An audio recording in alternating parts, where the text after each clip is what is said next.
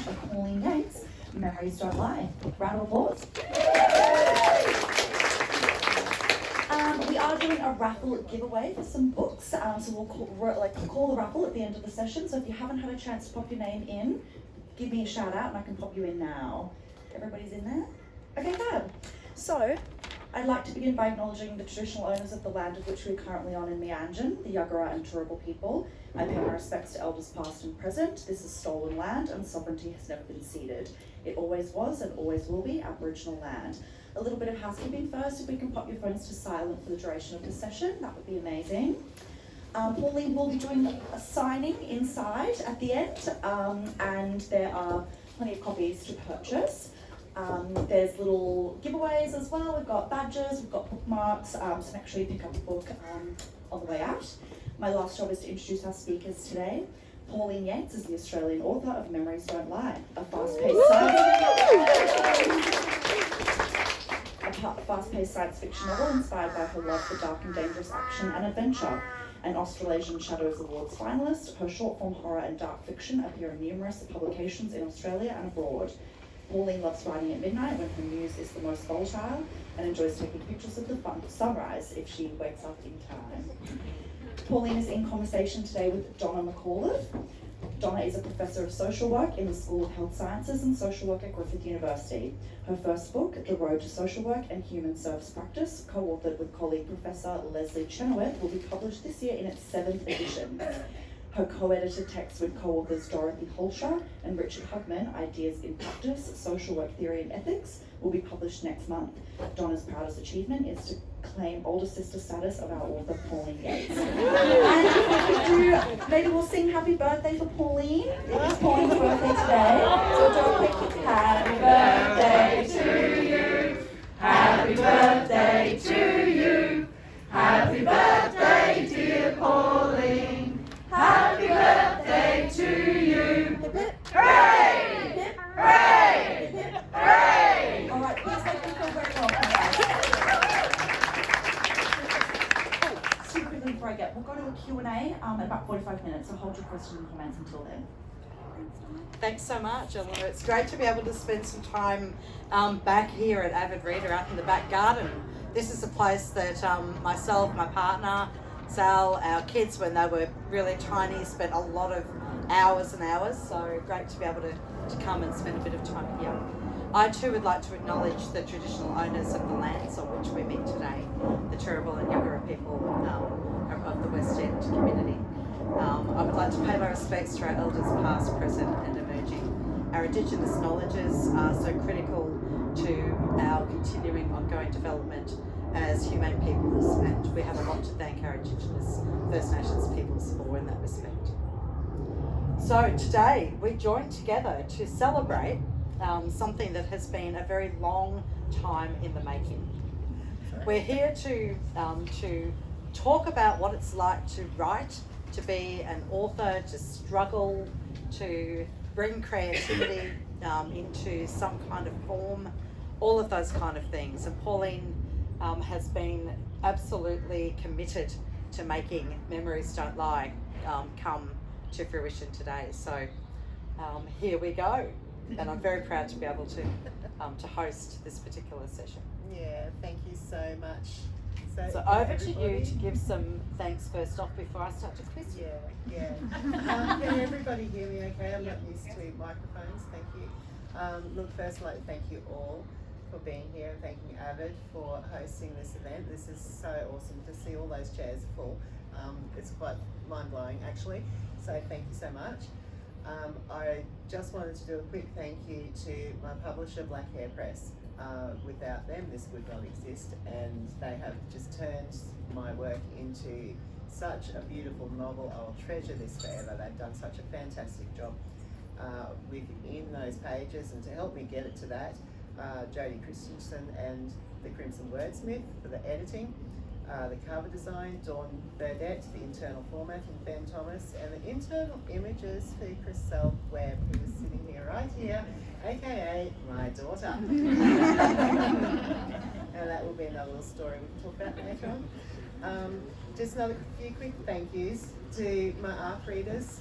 When we first pulled the book together and pre-release we call for ARC readers, and I was very fortunate to have quite a few come say, yes, I will read your book, I will give you a review, and I've just been blown away by the reviews. I'm so excited by that, so thank you to my ARC readers.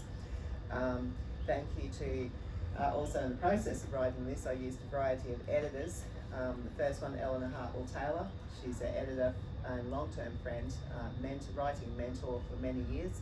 I first met her in 2016. She's an editor with Allegri Editing over in America, and the author of All We Buried. And I honestly would not be sitting here if it was not for her.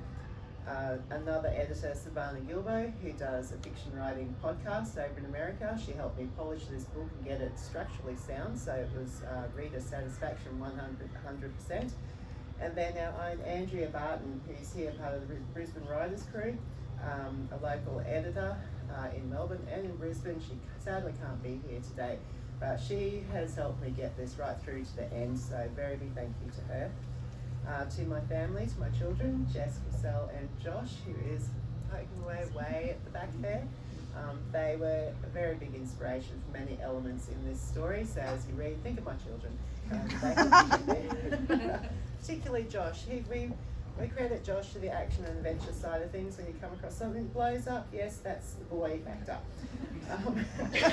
To my sister, Donna, who has been my source of inspiration and just my strength throughout writing all of this, and she actually holds one of the very early drafts that I printed out and said, guard this with your life.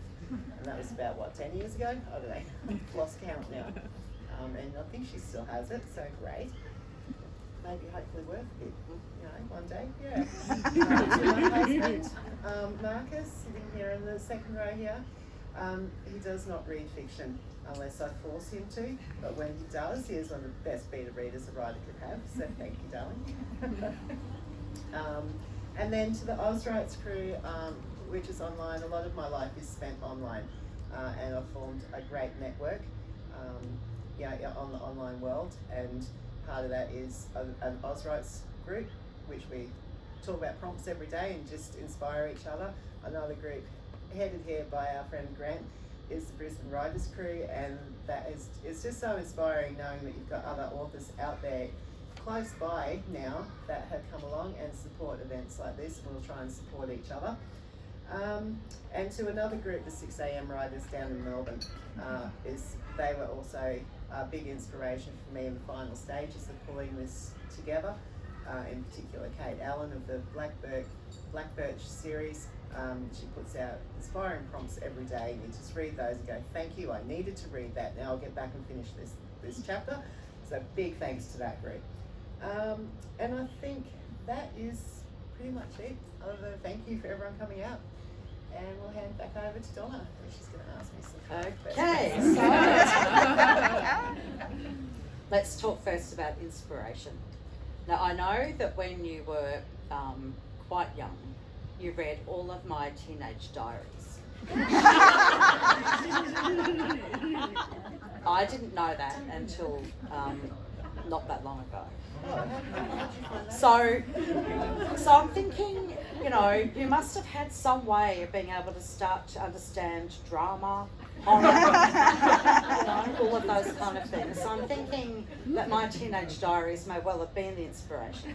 But perhaps you can actually let us know if there were other things that might have actually started you on the road to being a writer. What were the kind of things that inspired you, that got you started with picking up pen and paper and writing creatively?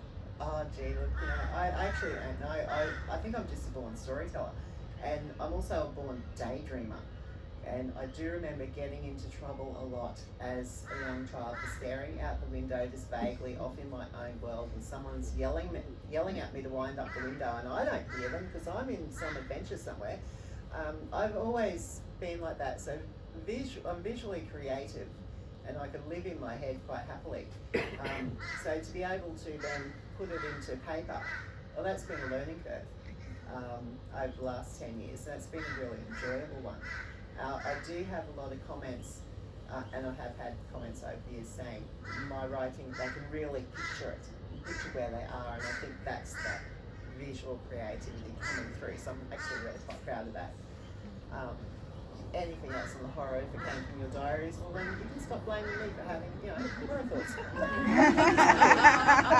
It's all you. You're a very prolific writer, Pauline. Like you have had, many short stories published. But to take on something like a full-length novel, and there may yet be more to come because you've left a kind of a bit of a open ending at the end of this one. Yeah. And I think the thing about doing a book launch is that with a book like this is that we can't give any spoilers today. So and it's actually very hard because there is so much in this book that I'd like to kind of go, so tell me when you decided to do this, why did you make that decision and not that one? We can't do that today.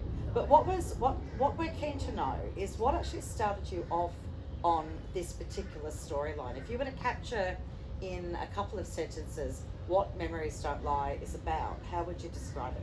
But I really read these, sum up something in one sentence thing, I did it in a book. It's like when you're trying to query and they say, write a synopsis of 200 words, which is summing up your whole novel in 200 words. And I can't do that, But what's my book about? Oh, it's an action and adventure, it's science fiction. This has got a bit of romance in it, it's got team dynamics, it's very much about friendship and very, very much about finding your place in the world. And it's got a little bit of everything for everyone, which I think is why the reviews coming in are pretty good because I've got such broad reach. It is written with young adult in mind because originally when I first wrote it, I wanted my children to be able to read it. Now they were 18 at the time, they're now 28, 29. It's been a long journey. I have another one. Josh is now 16, 17. It's right at his age. But because my characters are set at both that age and with older characters in it, I do have quite a broad audience for this. So it was a little bit tricky at times. Where do I fit this? It's a little bit of both. What I'm hoping is that it's just a good fun read, and you'll get a lot out of it, as people have been telling me. So yeah. So this book is actually not set in Australia. No, it's not. So we need to talk a bit about that because your capacity for description is quite extraordinary. It's a hallmark of your short stories and certainly of this book. So the description is rich, it's vivid, it's deep. But how did you not mention eucalyptus trees or Australian landscape when you're writing such descriptive territory as part of what happens in this book? Research. How did you put yourself over in America and write it from that perspective? Until people started asking me why did I set this story in America, I actually didn't even think, why did I set it there? That this is where this story was always going to be. And I think that, but when I started working more in depth with it, and this is where my American editors really helped, because they're in America and they would say to me, no, we don't say that, we say this, or so there's a lot of word differences between Australian and American English, as I have found out over the last 5 or 6 years. When it came to describing, particularly with Eleanor, I would ask, what does it look like at her place, or what trees do you have there? Or she'd say, so I've got cows here, what have you got? She'd say, we got elk. Okay, what does an elk look like? So, I would do a lot of research in America, and using those American editors really helped to make sure that I got that terminology right. The biggest challenge was remembering that they drove on the wrong side of the road and sat on the other side of the car. And I think there was one version of this where I just suddenly realised that and go, oh my God, I've got them sitting in all the wrong places, and I had to go back through and tweak everything. So, yeah. Okay, so to my knowledge, you've never been, down a mine shaft or, falling off the edge of a cliff or any of those kind of things. So when you're having to put yourself in a situation of writing about people's feelings, experiences of your characters, when they're engaging in things that are really dangerous or about to get, I can't give any spoilers here, but lots of things happen. But how do you put yourself in that? Well, In that space. I guess that's just my imagination. I've got to really get inside the character's head and imagine what would they be feeling in this situation. There is one section in the book though where I did take a lot of inspiration from Chriselle when she did her Kokoda Trail. I think that was back 7 years ago, and she walked the Kokoda Trail for school. And it just so happened that at the time a particular scene in this book kind of matched, and while I was sitting up getting the reports in, Marcus was down with her getting the reports, and they were ringing me, and I'm saying, "How do you feel?" It wasn't that bad. It was like I'm writing down that. She didn't actually how care. do you feel for yourself? When you get to that point in the book, you will know what I'm talking about. But yeah, that's a little bit of real life. So I guess everything that I come across in life, I just remember it and just put it away for a future reference in case I need it. Where I got something from, I'm not sure. Imagination. I made it up. Yeah. So not only have you not had the experience of ever having been in America, you also have never had the experience of being a geneticist or a scientist or any of those kind of things, to my memory of you. So this book is actually quite scientifically complex in part, brilliantly written. How on earth did you manage to get the science where it needed to be? So I do feel like I've done a science degree for a start, the amount of research that I've done on this. And this was just a lot of Google research for a start, and they would lead me down rabbit holes that I would just investigate further, and there's some places I went so far down I can't even find them again, which I have tried to find them again and they just don't exist anymore. So yeah, a lot of it is very science based. A lot of that science stuff that I learned isn't in this book, but I needed to know it so that I could then change it to suit what I wanted, and that was really important. What I'm hoping I've put in here is it is based on real science, but it's suggestive as to what could possibly happen.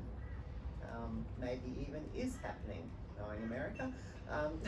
Who knows? But I did need to have the real science groundwork for this to actually make that suggestions work. And that was just research, which is why it's taken me 10 years to get to this point. Because yes, I'm not a scientist, I'm not a geneticist. I did have backup with my other daughter, who happily went through university and studied genetics. I could ask her questions, but a lot of this was just research, everything I could. Yeah. So if it worked. So how many of those words did you make up? Which words? The big science words. I don't know. No, I think maybe the big science words might be real. Some of them may not be.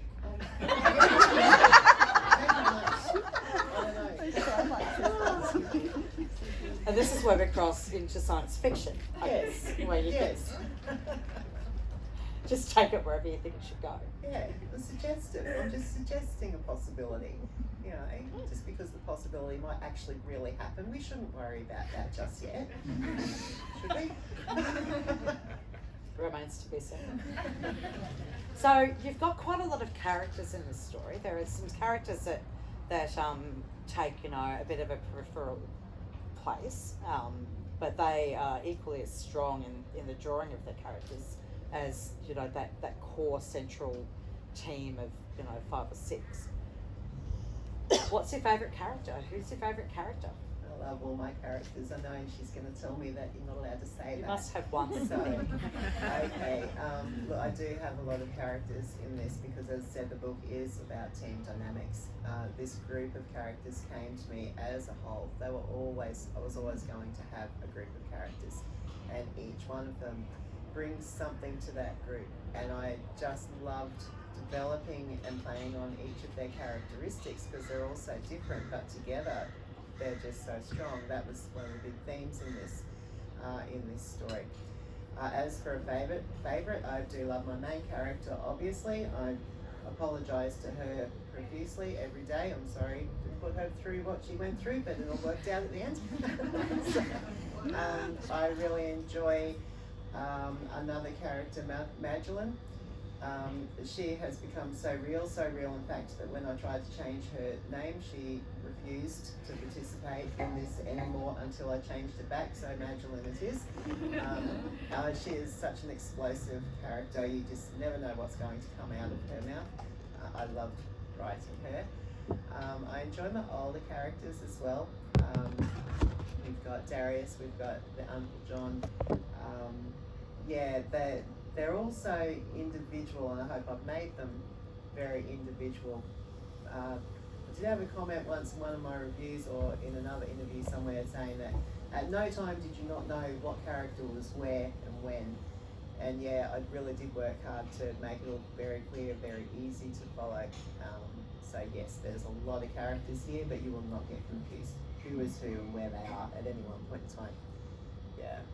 How many times did you have to go back and really check those kind of things? You know, a character that perhaps didn't quite yet have enough depth or was just kind of on the periphery, that should have been brought in a bit more. You've got 10 years worth of work here. Yeah, look, it was a lot because it was a lot of rewriting. There's a lot of. I have novels worth of stuff that don't, back in the deleted file, of scenes and stuff that I had spent a year writing scenes and then we didn't use them, And I think there's nothing ever wasted. And I think even just writing all those scenes, I got to learn to know these characters even more. It really wasn't even until probably before the last draft of this one that I actually really knew my main character. And I had to let go. I held on to things, what I wanted her to be. But that was putting in roadblocks. And as soon as I let go of that and said, no, actually, I found a solution. There's always a solution. In every hole I fell into, I found a solution around it, which I just loved. It was kind of like the story wanted to be written about. It was making me work for it. So, in particular, for the main character, there was an issue with her I did not want to change. But as soon as I did, it just tweaked it. Everything just fell into place and opened up a whole new world for me. I thought, well, this makes sense now. I'm good to go forward. So, yeah, it's been a journey with these characters.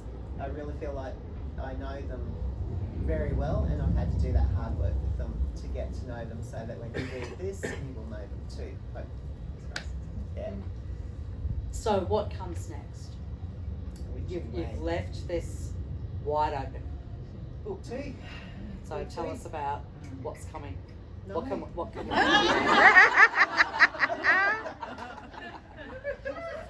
You've written it, haven't you? Oh yes, I've written the head. second and the third, and now I'm working on it. So yes, my characters are going to go on another little adventure. So who's going to play Not telling you. Sarah in the movie? No, who's going to play Sarah in the movie? I have to be an unknown actor, so she's not stereotyped. Yeah. So this book launched in America about 4 weeks ago?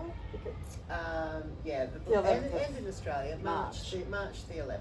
Yeah, is the official release date for Memories Don't Lie. So it's been out in the world for just over a month. And so how's it being received? Do you have any feedback? You've got lots of great reviews on Goodreads. And yeah, I don't actually. Yeah, kind of a little bit in the dark when you're the author. You're not quite sure what's going on in the background, but from the reviews that I'm getting. That are posted on Amazon and on Goodreads, the reviews are actually blowing me away. And I thought, wow, that's good. Thank you so much. And then just little comments from readers. I have a #1 fan. I'm so excited about doing an interview with her. I did an interview with her a couple of weeks ago, and that's Veronica with the Australian Book Lovers, and that interview will come out when she gets around to it, whenever that may be. But yeah, she said some really lovely things about the book too. So it's so nerve-wracking. Even when I sent this out to the ARC readers to get their review, that's the most nervous I've been through the whole thing. And even knowing that this book is going home with everyone today, I'll be sitting here going, oh gee, how's this going to go down? So I just keep looking at those reviews going, okay, it's okay. I've written a good book, yeah. Well, as we already said to you, my brother-in-law, so brother Graham, who, you know, you want to find a harsh critic, then that would be him. Yeah. And he absolutely was so captivated by it that he just wouldn't speak to us for 2 days. It's very unusual. You know, really great feedback from somebody within the family. Yeah, that's awesome. And I think that has been a common takeaway from this book. It's a fun story. And we have a group of young characters that it's written for young adults and young adults like reading that lighter genre. But the science behind this, I'm hoping, will really make you think. You should walk away from this book going, you know, could that be possible? You know, and yeah, just I don't know, just make you question a few things. Just make you question a few things, yeah, which is always fun. So as a writer, when you're committed to something that has taken a whole decade of your life, was there any point where you thought, I'm just going to stop now, I don't want to keep going with this? 2 points. I did hit that point twice. Once was back in 2016 when I just thought, yeah, I'm just working on this and not getting anywhere, and I really don't know what I'm doing. And that's when I met Eleanor Hartwell over in America, and she has such faith in me. She believed in me when I didn't, and we didn't originally start working on the book. We were working together with short stories and things that I was writing, but she just gave me that, just instilled that confidence level again. I think I really hit rock bottom a bit, and she pulled me out and kept me going, and then we got back into the book, and I thought, okay, we can keep working on this. Because when you work on a novel this long, it's there are many times where you think, oh, do I continue with this or do something different? I could not let this book go. It just stayed with me, and I thought, I've got to just keep working on this. And I actually don't care how many times I rewrite it, we're going to get this right. And if I need to call in help, which I did, I called in help. That's why I use a lot of editors on this, so I could get the professional help with this. And that helped me see it through to the end. The next time I fell in a bit of a hole with it was actually after I had finished, and I was doing the querying process. Now, for those who may not know, the querying, when you try to get an agent who will then take you on and then try and get your book published with a big publisher. Most of this, because it was written in America, I targeted America, but honestly, it's like throwing darts at a dartboard that's this big. It was very hard. I've spent so much time writing synopsises and query letters and putting together my query package and sending it off to complete strangers, and fingers crossed and getting rejections, or we love it, we love the structure, but it's not for us at this point in time, or get no answer at all. I think I spent about a month doing that, and that was really, really hard by the end. I thought, I don't know if I can sell this book. I'm not Sarah J. Maas, you know, like or Colleen Hoover or whoever. I'm me. This is my book, and it's a great story, but how do I get out there? It doesn't matter what I've done in the last 10 years and all the awards that I've won. That means absolutely nothing.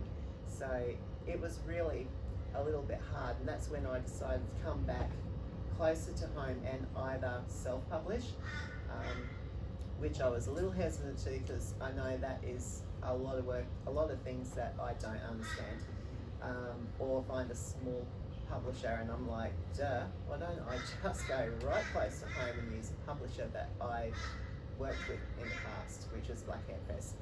And yeah, they took me on, fingers crossed, and yeah, here it is. So yeah, good story. But yeah, it's been a journey. So there's a lot of, you know, you really have to be quite tenacious and really kind of just keep plugging and keep on going, and need lots of support around you. You do. Now, if you're in your 20s and you've written a book and you can spend 10 years querying a book, great.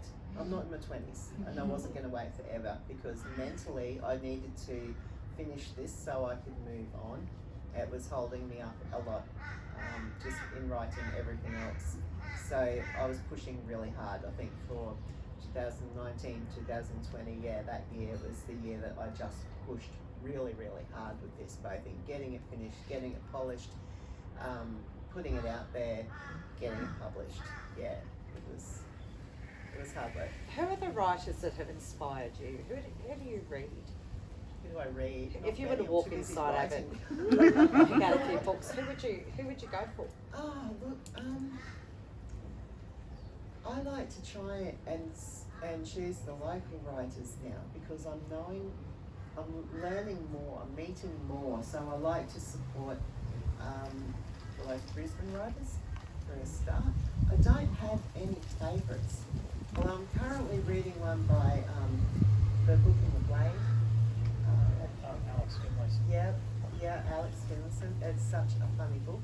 I was hoping he would be here today to bring me a copy. I'm just currently reading it on my ebook, and I'm just laughing at this book. Kate Allen, as I said, with the Black Birch series. Yeah, she writes a good series there, so I've started reading her series. Yeah, I just like to choose local if I can. You know, I don't have any favourites. I read a lot of anthologies. I'm also an awards judge.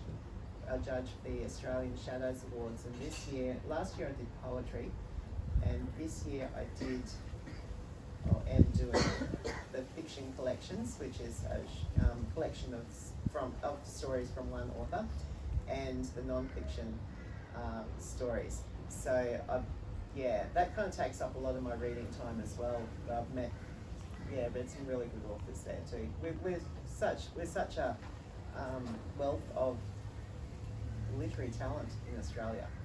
You know, so I always think, seek out the Aussie authors. You know, they're good. Well, so we're just about ready to open up the Q&A so people can ask you all the questions that I haven't dared to ask you. But there was a bit of a funny story that you and I shared not that long ago, because you were just putting the finishing touches to the book and your publishers wanted you to include just a little a couple of sentences. An epigraph. An epigraph. I And you didn't didn't know. really know what that was. They don't have a clue. So tell the story about what happened, because what happened is actually quite interesting. What happened is very interesting. Okay, so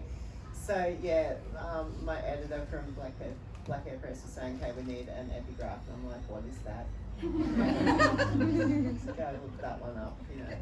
Okay, so an epigraph is just a little quote from somewhere that would sum up the book.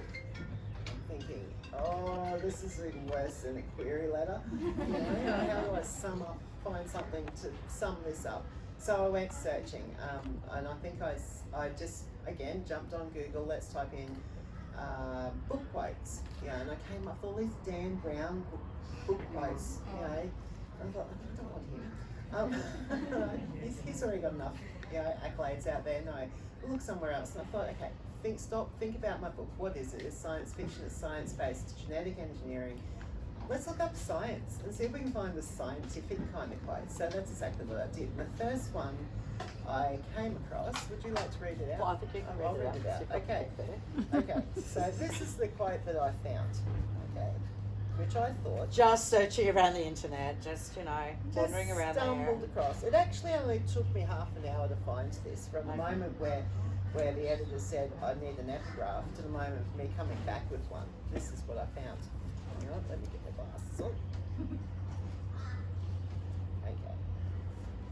And this I think sums up my book absolutely perfectly. Traits acquired during one's lifetime, muscles built up in the gym, for example, cannot be passed on to the next generation. Now, with technology, as it happens, we might indeed be able to transfer some of our acquired traits onto our selected offspring by genetic engineering. And that was written by Nick Bostrom in The Guardian in 2006. And perhaps you would like to explain who Nick Bostrom is. So I said to Pauline, so who's Nick Bostrom? Do you know who he is? And she said, no, I have no idea. And I said, well, I think I think his name is actually familiar to me, but I'll just go and check that we're talking about the same person.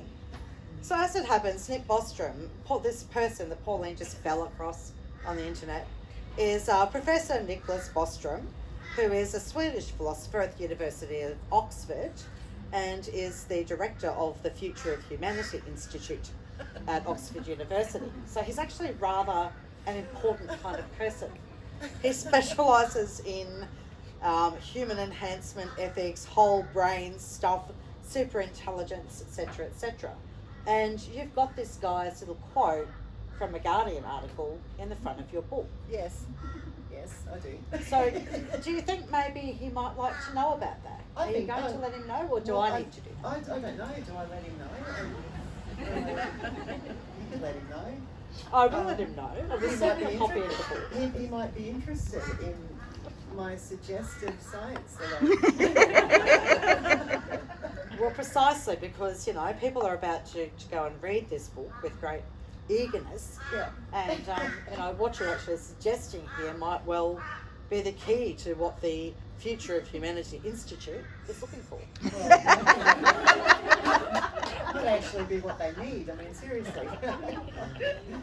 Anyway, we'll keep you all posted on what comes of our communication with Professor Nick Bostrom. That will be a fun conversation.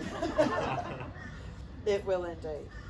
Okay, I'm going to pass over to our audience now for any questions. So we have some people I know in the audience who are also authors, writers, have been through the track of how difficult it is to actually stay with a project and get it off the ground and make your way through and get to the end, and then you're going to be in the airport libraries with this book.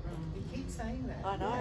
Yes. You've arrived when you walk into an airport library and your book's sitting on that shelf. Alright, so someone needs to go check in the airport. So- Thank you. Next time anybody's out at the airport, Yeah. just maybe you could just say, "Oh, do you have a copy of this book called Memories Don't Lie?" We'll get it into the airport libraries.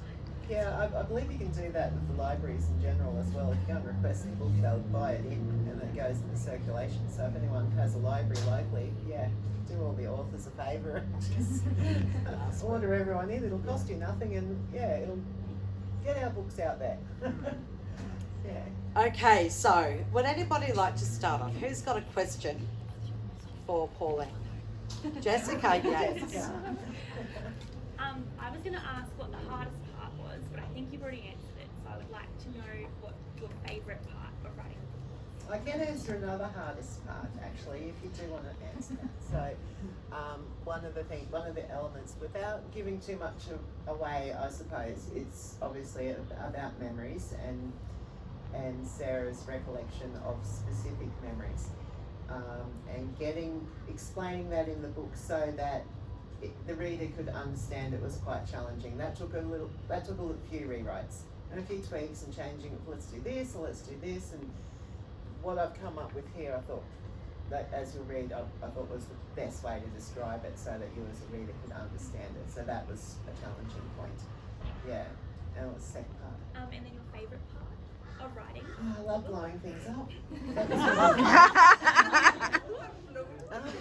You do it so well. They're so descriptive.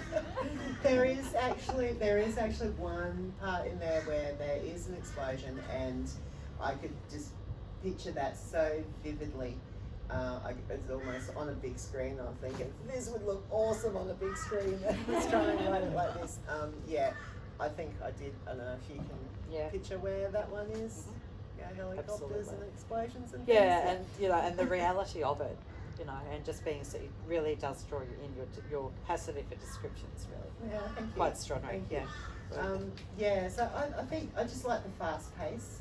I don't like getting bogged down in a lot of descriptive prose, as you'll find when you read this. I do like a book that just pulls you in and keeps you going, and that was always my intent when I wrote this. I want to get you around the throat and drag you through this book right to the end, and I will not let go until you get to the end. And that's how it's written.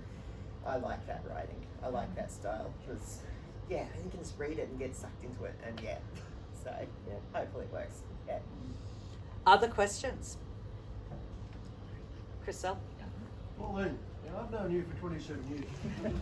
This is a bloody big surprise, isn't it? My question to you is, where do you find the motivation and the time, with the family, 3 kids, Marcus doing what he's doing, building a house, looking after horses, and running your own business? Where do you find the time and the motivation and the will to do what you've done? This is a huge effort. Yeah, look, thank you for this is Alan and Louise, who are technically my employees. Business partners. Business partner. My side job, not being a writer, is actually repairing horse rugs and stuff, and I do that through Alan and Louise's store, and I've been with them, is it 27 years? 27 Oh my God. years. Wow. Okay. So, and he's only just found out that I'm actually an author.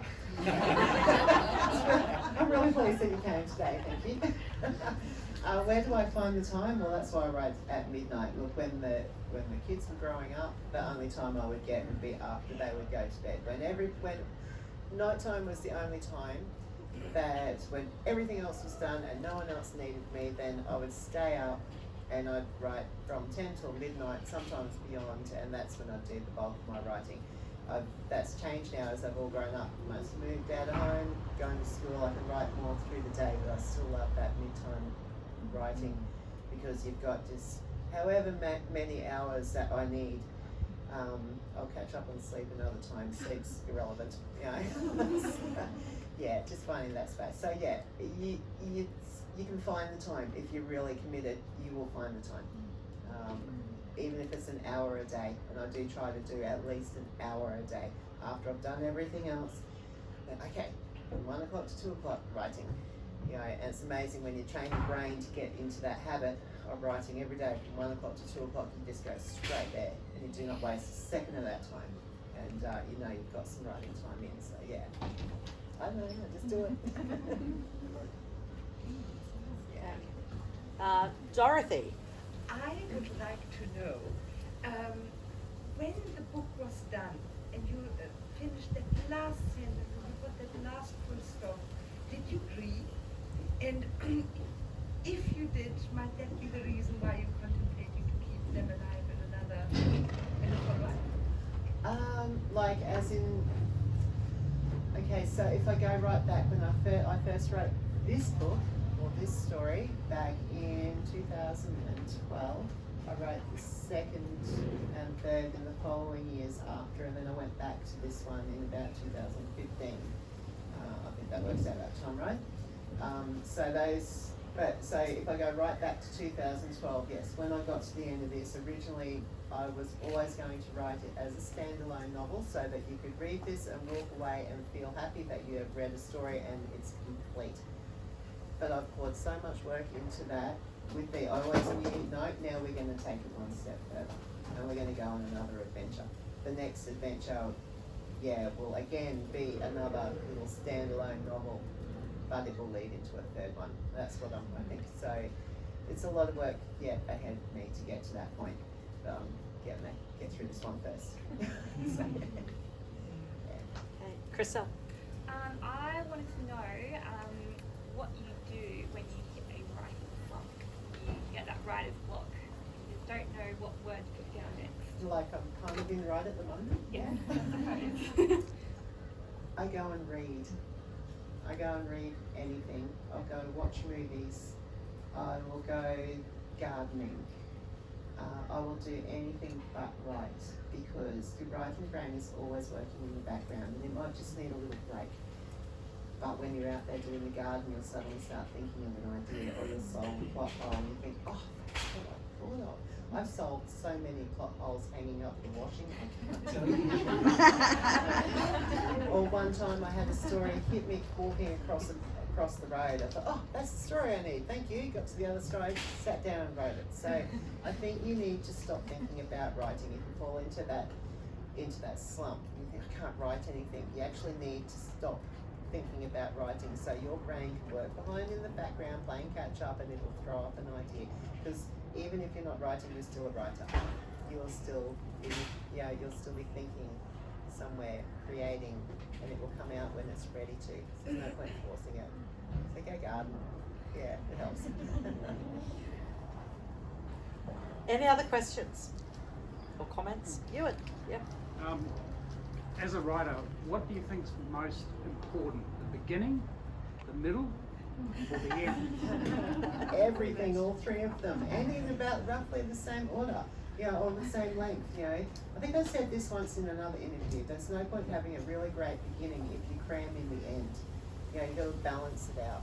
That's really important. That's things that I've learned. One thing I've learned over many years is, great beginning and then I'd rush the end. So you need to have the balance there, I think, to make it work. But certainly most important, well, the beginning would be the most important, because if you do not hook the reader, they're never going to know what's at the end. So yeah. Okay, Dan. It's great for an oldest bit. Fiction's obviously very individual pursuit, but you talked a lot about collaboration and help from the lovely Dr. McCullough for the people in America. How did you say yes or no to suggestions or edits? I think if you get a few people say the same thing, like if you get one person say no, that doesn't work, you can kind of go, well, I think it works, and leave it. But if you get 3 people say that doesn't work, then you should at least consider it. There's 3 people picking up that same thing. I didn't take on all the suggestions from people I worked with, but I listened to them. Because I was also very careful in who I chose, I'd look up their expertise, and if I've worked with them for a while, because some of these editors I did use on short stories as well, so I already knew the kind of things they were going to come up with. But I might not have agreed with everything, or if it started going down a path I didn't agree with, or didn't think was right, I'd say, no, that's not going to work. We're going to go backtrack a bit here.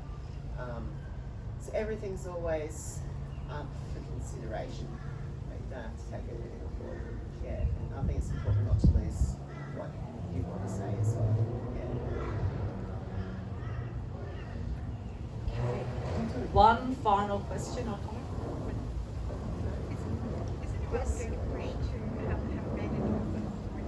Sorry. Is anyone going to push to have made it into a film? Oh, is there any filmmakers here?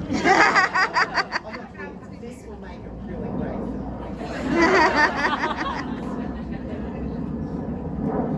I think we can do some giveaways.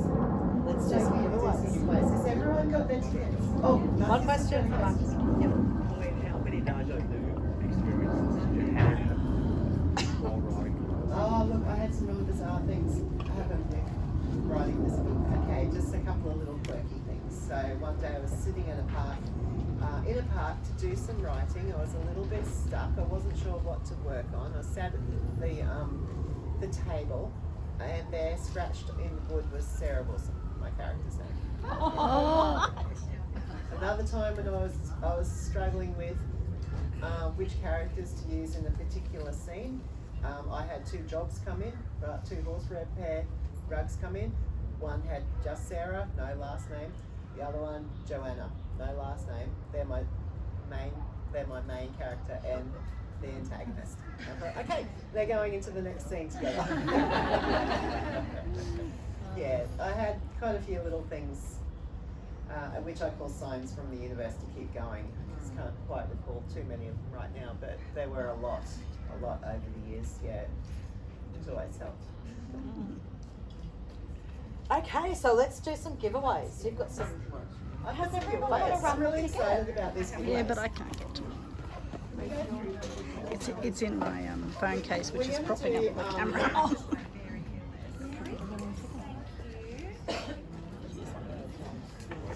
Okay, I'm going to just go through these books. I've brought a selection of books, and because everyone has different reading tastes, I thought that the first ticket I was allowed to get first choice. So one of the first ones I've got are these little copy books. Okay.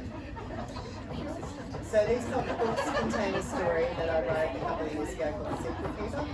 And it's a fantasy story, so if you like fantasy, see this one in. It's also in a little anthology with other stories as well. So I'll have 3 of those to give away. That's 3. The next one will be a copy of Memories Don't Lie. So if you've already bought it, sorry, but if you haven't. The next one will be a copy of Midnight Echo. This is an anthology that I'm in, and it's got my Australian Shadows Award finalist story in this one. Which story is The Best Medicine. Anyone who gets this, good. Yeah, that's a good story. Okay, so a couple of years ago, when my first foray into horror, I sat down and said, I just want to write a really good horror story, and I did. And it won the Australian Horror Writers, the Australian Horror Writers Association short story competition. And then it got me a finalist in the Shadows Awards, and it also ended up on the long list for the Bram Stoker Awards, and that was just like, whoa, okay, it really did that. So that was my claim to fame there. So that story is in this anthology along with a whole stack of other really great stories from Australian authors. So that's that one. People are excited. Okay, my next one, I love this one. This is one of my favourites. This is a poetry book put out by Black Hair Press, and it is National Poetry Month this month, Eldritch and Ether. I have 3 poems in this, little snippets of poems, and it's filled with a collection of a variety of authors and all dark poetry, and there's absolutely some cracking poems in this. So good luck to anyone who wins this one. There's that one, and one more. Okay, this is the latest release also from Black Hair Press. This is Year 4. Year 4 is a collection of all the stories that they published last year online and in their Patreon. So the stories are mostly 100 words, they're drabbles, or there could be some shorter fiction in there, there could be some short stories, about 1,000 words or 2,000 words in there. I've actually got 9 stories in this because I was a writing machine last year and sent me lots of stories. So I have 2 short stories in here that this is the first time they've been published in this, otherwise they're on the Patreon on the Black Hair Press site. And I have another 10 drabbles in this from the monthly competitions. So I kind of thought I'd bring this one because it's got a lot of my work in it. There's some pretty good stories in there. And you've got other authors as well. So yeah, so that's our giveaway pile. Okay. Well, lucky, and just whoever wins these, bring them up and I'll sign them at the end. Yeah. All right. So do we have tickets? So, yeah. I buried them. Hang on. Do you need a handful? Thanks. Right.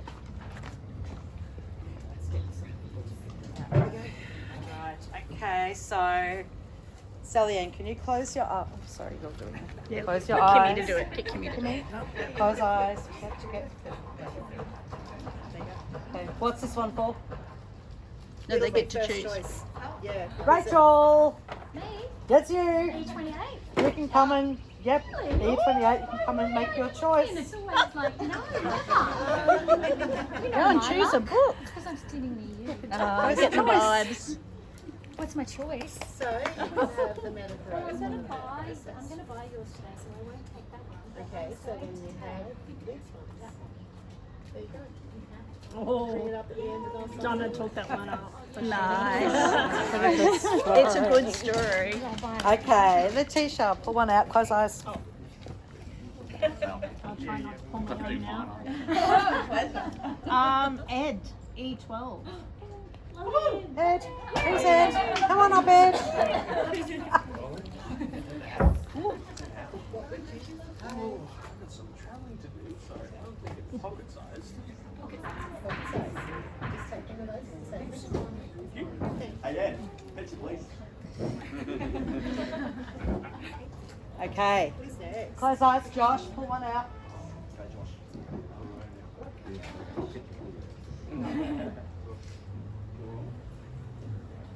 Grant. Oh, Grant. Come on down. Oh, I didn't. You've already bought that one. So you need to choose one of those things. That's the help. Oh, okay.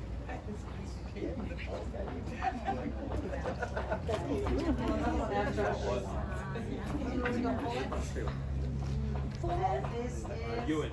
Ewan.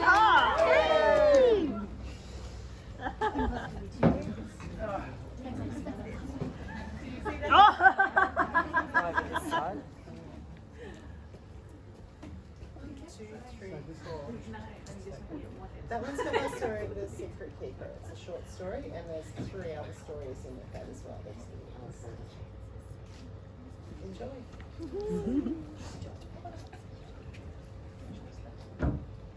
And it is Reuben, E14. Oh, which Reuben? We've got 2 Reubens. Oh, E14. It's that Reuben. Sorry, Reuben.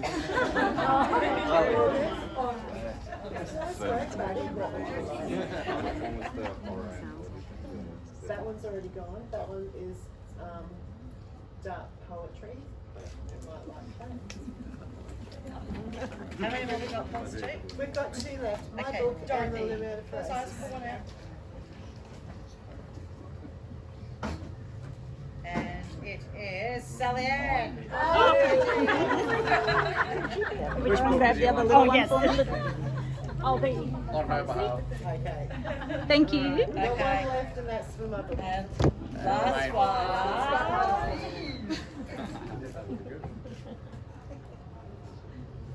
And we have Adrian, E15. Adrian, well done, Adrian.